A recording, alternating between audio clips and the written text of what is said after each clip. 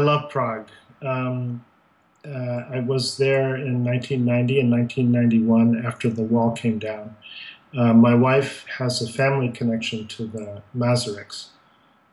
So my father-in-law used to talk about visiting the President's Palace in the 1930s and visiting Jan Masaryk when he was ambassador to Great Britain. So there was a lot of allure. Prague felt like a magical city to me, and when I actually got a chance to go there, it felt just as magical as it had in my imagination.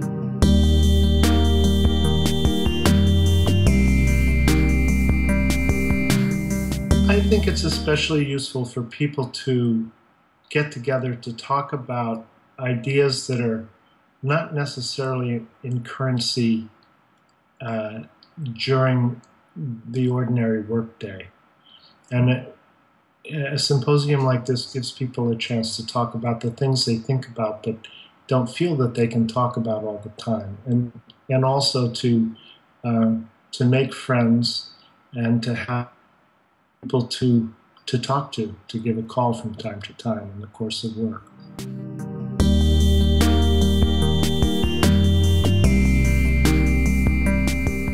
It's kind of an interesting question.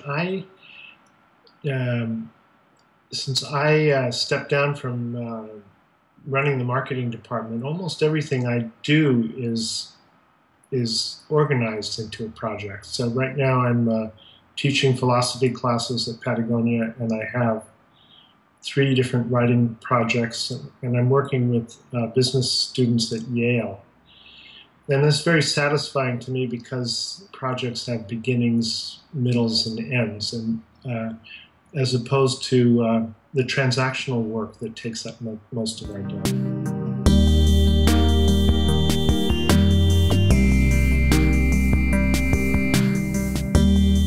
Quality is interesting for me because it's a word that I think has expanded in meaning during my working life.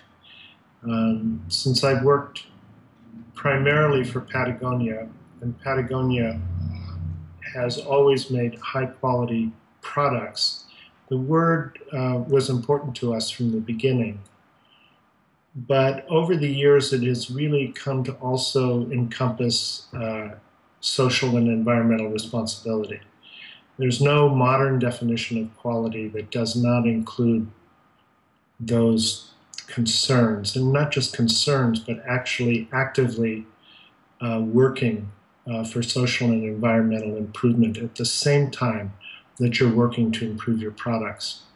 You cannot have, it's really unacceptable to have poor quality products in our time because everything we make has an environmental cost.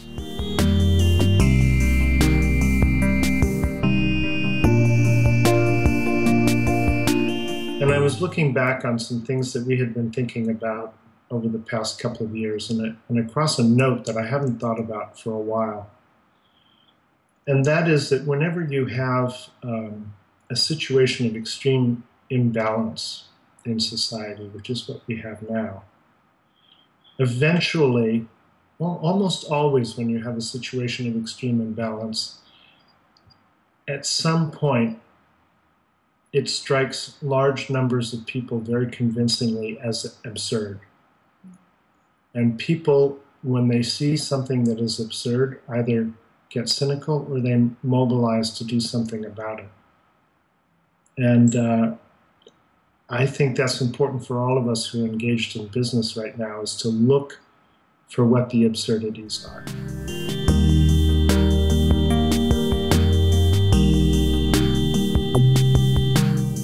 I'm going to be in Prague in June, and I haven't been back in 25 years, but I was in Slovakia last spring, and I was impressed by, and I was also in Bulgaria, and I was impressed in Eastern Europe that everybody has been through every possible form of oppression during the 20th centuries, under communism and fascism, and then under the return to democracy has been terrific, but I think everybody has also been exposed to the unfortunate parts of capitalism that also tend to take over public space.